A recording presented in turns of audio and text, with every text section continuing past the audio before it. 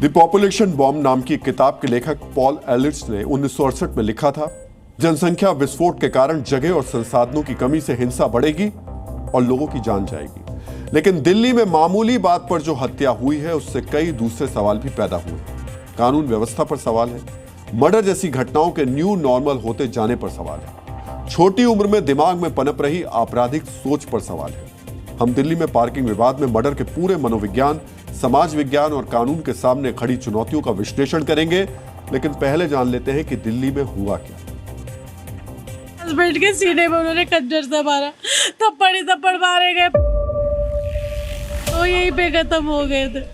इतनी बेरहमी से मारा था। देश की राजधानी में बिना किसी गुनाह के एक व्यक्ति की हत्या कर दी गई।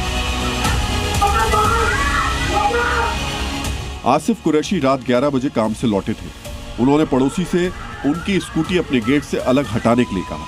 बस इतनी सी बात पर गली में रहने वाले दो सगे भाइयों ने उन पर पत्थर और किसी नुकीली चीज से हमला कर दिया। आसिफ की गुजारिश को उनका गुनाह मान लिया गया और जान ले ली गई। आसिफ फिल्म एक्ट्रेस हुमा कुरैशी के चचेरे भाई थे। मेरे गेट के आगे उसने स्कूटी खड़ी कर दी थी उज्जवल ने। मेरे हस्बैंड ने कहा, देख मेरी वाइफ के पैर में रॉड डली हुई है, तो स्कूटी थोड़ी आगे कर ले। भाई भाई करके बोला, कह रहा तू बड़ा चौधरी बन रहा है। ऊपर से आया, नीचे उतरती एकदम मेरे हस्बैंड को धक्का दिया। उसने सामान वगैरह पता नहीं क्या खंजर वंजर दिया, उनके दिल में मारा, अद्धे अद्धे मारे गए। मेरे हस्बैंड पूरे खून में लथपथ हो गए थे। हत्या के आरोपियों की उम्र महज 18 और 19 साल है। उनका घर आसिफ कुरैशी के घर से 3 घर छोड़कर है, लेकिन फिर भी स्कूटी आसिफ के घर के बाहर लगाई गई। आसिफ के परिवार का आरोप है कि ऐसा जानबूझकर किया गया है। छोटी सी पार्किंग की वजह से मेरे ये हत्या में हत्या कर दी गई है। जानबूझ के, पहले भी उसका 2 बार थे, उससे लड़े गए हैं यहाँ पर पार्किंग की वजह से। मित्रों, ये घटना अपराध की कोई सामान्य घटना नहीं है। इतनी छोटी सी बात पर 18 और 19 साल के लड़के किसी की हत्या कर देते हैं, ये नजरअंदाज कर देने वाली घटना नहीं है। आज आपको दिल्ली में अपराध को लेकर एनसीआरबी की एक रिपोर्ट जरूर देखनी चाहिए। रिपोर्ट के मुताबिक राजधानी में किशोरों के अपराध के मामले काफी तेजी से बढ़े हैं। 18 साल की उम्र के आसपास के लड़के चोरी, झपटमारी से लेकर मारपीट, यौन अपराध और हत्या जैसी वारदात को अंजाम दे रहे हैं। इसके पीछे सोशल मीडिया को भी एक बड़ी वजह माना गया है।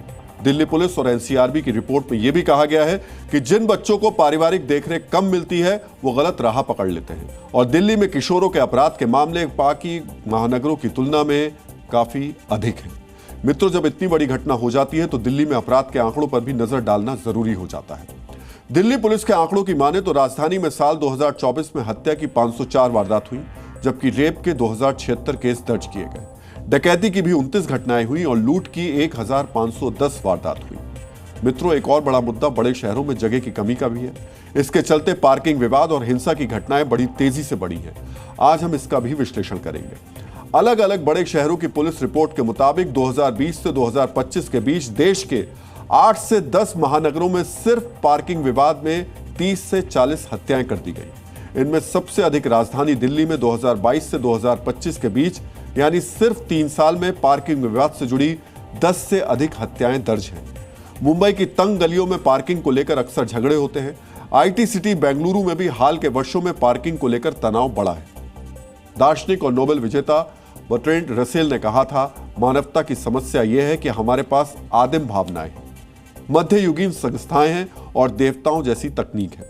ऐसे में जब संसाधन सीमित होंगे और तकनीक हमारी भावनाओं से तेज चलने लगेगी, तब संघर्ष को कोई नहीं रोक पाएगा।